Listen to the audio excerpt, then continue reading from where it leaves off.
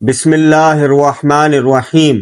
ایک دفعہ حضرت علی المرتضیٰ رضی اللہ تعالی عنہ اور سیدہ فاطمہ رضی اللہ تعالی عنہا دونوں 8 پہر سے بھوکے تھے۔ شام کے وقت ایک تاجر کے اونٹ آئے۔ اسے اونٹوں سے سامان اتروانے کے لیے ایک مزدور درکار تھا۔ حضرت علی رضی اللہ تعالی عنہ نے اس کام کے لیے اپنی خدمت پیش کر دی اور رات گئے تک اونٹوں پر لدا ہوا سامان اتارتے رہے۔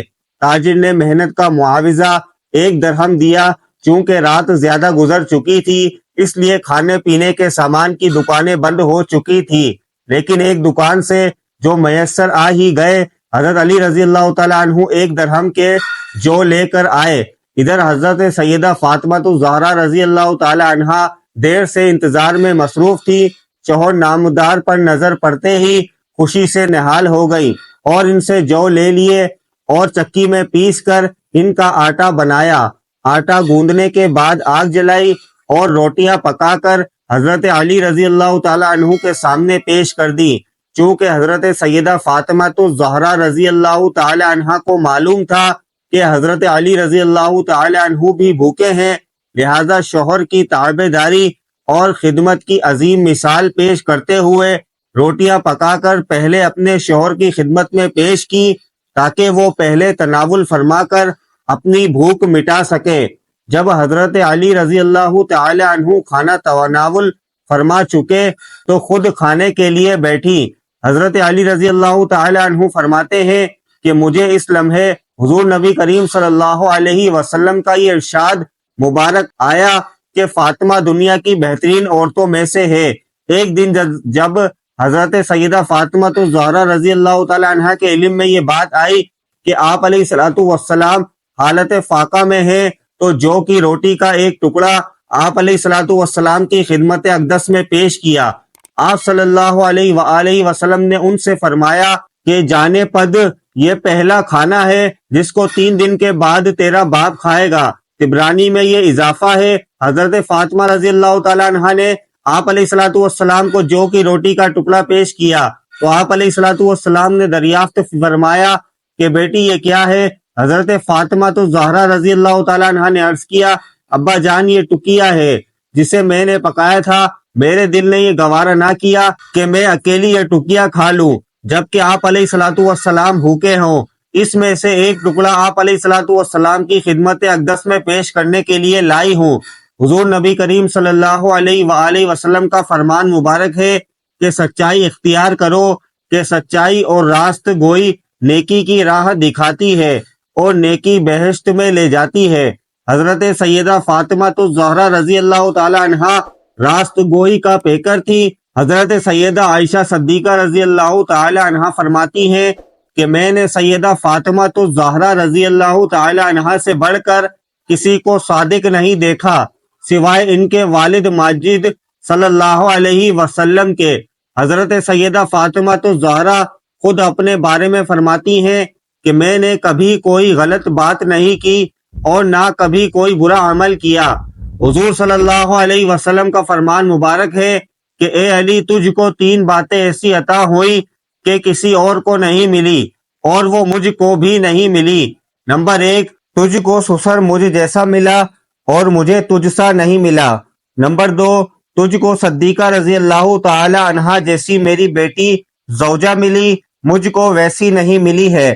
نمبر 3، تجھ کو حسن رضی اللہ تعالی عنہ اور حسین رضی اللہ تعالی عنہ جیسے فرزند عطا ہوئے اور مجھ کو ان جیسے نہیں ملے، اور البتہ تم مجھ سے ہو اور میں تم سے ہوں۔ حضرت امام حسن رضی اللہ تعالی عنہ سے روایت ہے کہ ایک دن ایک وقت کے فاقے کے بعد ہم سب کو کھانا نصیب ہوا۔ والد ماجد حضرت علی المرتضیٰ رضی اللہ تعالی عنہ اور حضرت امام حسین رضی اللہ تعالی عنہ اور میں کھانا کھا چکے تھے، لیکن والدہ محترمہ حضرت سیدہ فاطمہ الزہرا رضی اللہ تعالی عنہ نے ابھی نہیں کھایا تھا۔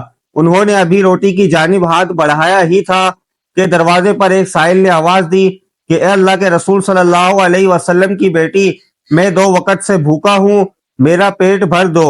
والدہ ماجدہ نے فوراً کھانے سے ہاتھ اٹھا لیا اور مجھ سے فرمایا کہ جاؤ یہ کھانا سائل کی نظر کر دو، مجھے تو 1 وقت کا فاقہ ہے اور اس نے 2 وقت سے نہیں کھایا۔